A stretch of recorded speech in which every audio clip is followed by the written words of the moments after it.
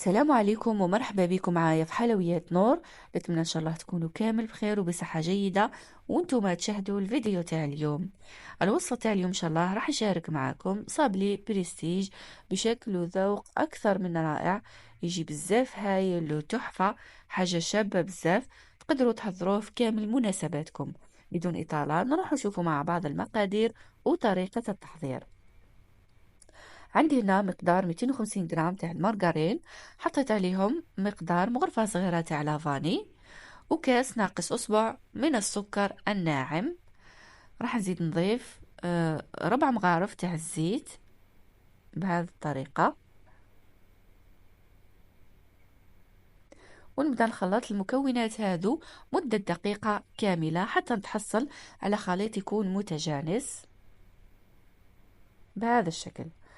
وهنا راح نزيد نضيف حبة واحدة تاع البيض كما راكم تلاحظوا، ونخلطها جيدا. يعني البيض كل ما نحطوه في عجينة الصابلي نخلطوها مليح، سينو راح يتكمش لكم الصابلي في الفرن. بعدها نزيد نحط زوج مغارف تاع الكاوكاو يكون محمص ومطحون رقيق خلاص. انا توجور كل ما نطحن الكاوكاو نحي هذاك الرقيق خلاص نستعمله في الصابلي. بعدها هنا كما راكم تشاهدوا عندي نص كاس تاع النشا، وحطيت معاه غرفة كبيرة تكون معمرة مليح تاع الكاكاو يكون نوعية جيدة. نكمل نخلط المكونات هذو مع بعض. وهنا راني نسيت نحط يعني عطر الكراميل، حطوه وكملوا خلطوا الخليط نتاعكم عادي. هنا راح نبدا نحط في الفرينه. حطيت الكاس الاول ونحط هنا نص مغرف ولا نص مغرفه صغيره من خميره الحلويات، وزيد نحط الكاس الثاني تاع الفرينه ونبدا نلم في العجينه تاعي. هنا جبت الكاس الثالث حطيت منه شويه. المهم حطيت هذاك الكاس الثالث كامل وزدت من فوقه يعني نصف كأس آخر. المهم كمية الفرينة كامل 3 كيسان ونص، ويبقى يعني على حسب النوعية تاع الفرينة، ممكن تاخذ لكم 3 كيسان ونص ممكن 4. بعد ما لميت العجينة تحصلنا على عجينة بقوام يكون طري. حطيتها فوق ورقة طهي، نرش عليها شوية فرينة ونبدأ نحلها بسمك يكون متوسط، من يعني منخشنهاش بزاف وما نديرهاش رقيقة بزاف.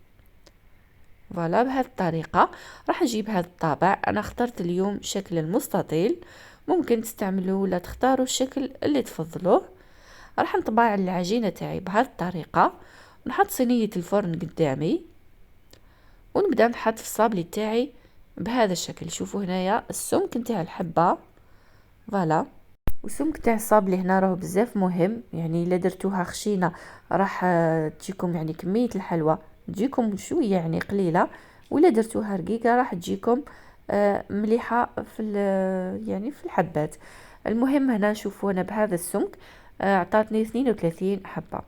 فوالا هنايا الصابلي تاعي بعد ما حطيته في صينية الفرن، كنت شعلت الفرن تاعي من قبل على 170 درجة. راح نطيبه برك من تحت ونحيه مباشرة من الفرن. نروح هنا نوجدو كريمة الزبدة اللي نحتاج فيها 120 جرام نتاع المارغرين ولا الزبدة، يعني من المستحسن زبدة أوبلين. ضفت لها زوج مغارف كبار تاع السكر الناعم، وضفت عطر الكراميل، وراح نزيد نضيف هنا مغرفة واحدة تاع الزيت، وزدت حطيت هنايا زوج مغارف صغار من قهوة سريعة الذوبان. فوالا بهذه الطريقة نبدأ هنا نخلط يعني الكريمة تاعي جيدا.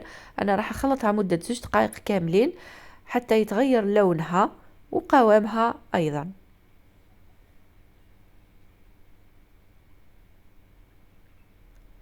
هنا بعد ما فاتوا 2 دقائق، في هذا الوقت راح نزيد نضيف عليها زوج مغارف كبار من بودرة الشانتيي ولا كريمة الشانتيي، وراح نزيد نكمل نخلط مدة دقيقة أخرى. هنايا هذا اختياري، أنا حطيت فيها مغرفة صغيرة من زبدة الفول السوداني، ممكن تحطوها ولا تستغنوا عليها، ولا كما يعني تقدروا تعوضوها بالكاوكاو يكون مطحون رقيق يكون محمص برك مليح. هذا ما كان. هنا بعد ما كملت خلط المكونات كامل تحصلنا على هذه الكريمة. صدقوني تجي بزاف هايلة والذوق تاعها اكثر من رائع، ما راحش تبنوا فيها خلاص يعني الجو تاع الزبدة، فيها عدة اذواق. فوالا هنا الصابلي تاعنا بعد ما طاب هذا هو الشكل تاعو. حمرته شوية خرج بزاف هايل. راح نبدا نحط الكريمه تاعنا اللي كنا وجدناها. انا حطيتها في كيس الحلواني باه نديرها ولا نحطها على الاطراف بهذا الشكل، ونخلي الفراغ في الوسط. وتحشيو الصابلي تاعكم هنا كيما تحبوا. انا حشيته بزبدة الفول السوداني، يعني كما تعرفوا هي ماهيش حلوة، يعني حكمت 2 مغارف من زبدة الفول السوداني، ضفت لها مغرفة واحدة تاع الكراميل وخلطتهم مليح وحشيت بهم الصابلي تاعي. ممكن تستعملوا كراميل وحدها، ممكن تستعملوا كابريس ولا شوكولا تختيني، كيما تحبوا احشيوا الصابلي تاعكم. لكن يعني بهذا الكريمة يجي تحفة في الذوق. فوالا، نعمر بهذا الشكل ونحيو الكريمة الزايدة كما العادة، كما يعني نخدموا الصابلي اللي فيه الحشو. فوالا، نغلق على الصابلي تاعي بهذه الطريقة ونحو الكريمة كما راكم تشوفوا. نحاول نغلق مليح يعني اي فراغات نغلقهم باكين كلاصي. الحلوى تاعي يجي الشكل تاعها باهي. المهم بعد ما نكمل هنايا نحشي الصابلي تاعي، راح نحطه في المجمد مدة ربع ساعة، وبعدها نبدا نقلاصي فيه مباشرة. هنايا قبل ما نقلاصي الصابلي تاعي انا جبت يعني 300 غرام من الشوكولا بالحليب، ذوبتها على حمام مائي وضفت لها 3 مغارف نتاع الزيت. هنا راني حطيت 2 مغارف، دروك نزيد نحط المغرفة الثالثة بهذا الشكل. يعني عندي 300 غرام، حطيت 3 مغارف تاع الزيت. والزيت دائما تساعد الشوكولا تعطيها لمعان وقوام يعني بزاف هايل. راح نجيب هنا هذا الترانسفير تاع الفراشة كما راكم تشوفوا. نعمر هذا الترانسفير بالشوكولا، نحطه في المجمد باه يعني تنشف وتجمد عليه الشوكولا باه نقدر نزين به فيما بعد. هنا بزاف اخوات سقساوني يعني الشوكولا تاع الكلاصاج تفزد لنا، ما تجيناش تلمع، ما تجيناش مليحه، تتخسر لنا. المهم هنا الحاجه الاولى يعني الضروريه والاساسيه كي تذوبوا الشوكولا لازم البول تاعكم يكون ناشف خلاص، وما تكونش فيه ولا قطره تاع الماء، سواء البول اللي تذوبوا فيه ولا الموس اللي تقصوا به الشوكولا ولا حتى يعني المغرفه اللي تحركوا بها، كلش يكون ناشف وما تكونش فيهم ولا قطره تاع الماء. وثاني الكسرونة اللي تغليو فيها الماء ما لازمش تعمروها للفم، ديروا فيها كمية قليلة برك، خليو هذاك الماء حتى يغلي، نقصوا له خلاص النار وحطوا البول تاعكم نتاع الشوكولا اللي حطيتوا فيه الشوكولا، خلوها تذوب بخاطرها. المهم بعد ما تكملوا دوكا كمية الزيت اللي راح تضيفوها على حسب يعني كمية شوكولا اللي درتوها. راني قلت لكم كل 100 غرام من الشوكولا تقابلها مغرفة كبيرة واحدة تاع الزيت. هذا مكان، وانا اعتذر يعني كنت مع الشرح وفي نفس الوقت يعني الصور كانت واضحة في الفيديو.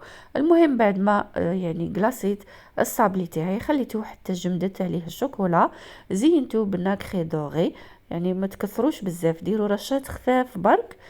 وراح نكمل له التزيين بهذا الترانسفير تاع البابيون، خرج بزاف تحفة كما راكم تشاهدوا. وفوالا هنا الشكل النهائي للصابلي تاعنا هذا هو، صراحة خرج من أروع ما يكون. وهنا خذيت لكم يعني حبة عن قرب. فوالا الشكل يعني حسيته مانيش عارفة، حسيته شغل شكل جديد وبزاف باهي بريزونطابل وحاجة بريستيج، وكما قلت لكم يوالم بزاف المناسبات ويعني ويقطع كمية مليحة. شوفوا هنا الحبة راهي شوية كبيرة وهكاك عطاني 32 حبة. شوفوا هنا الحبة اللي قسمناها والحشو اللي درناه في الصابلي بزاف هايل وتحفة، ومن أروع الوصفات اللي ممكن تجربوهم. إذا حبيباتي كانت هذه الوصفة اللي حبيت نشاركها معاكم اليوم، نتمنى من كل قلبي تعجبكم وتجربوها، وإذا عجبتكم نتمنى تشاركوها مع أصدقائكم للاستفادة. ما تبخلونيش من جمال الوصفة وما تبخلونيش بتعليقاتكم الرائعة. خليكم في أمان الله، والسلام عليكم ورحمة الله.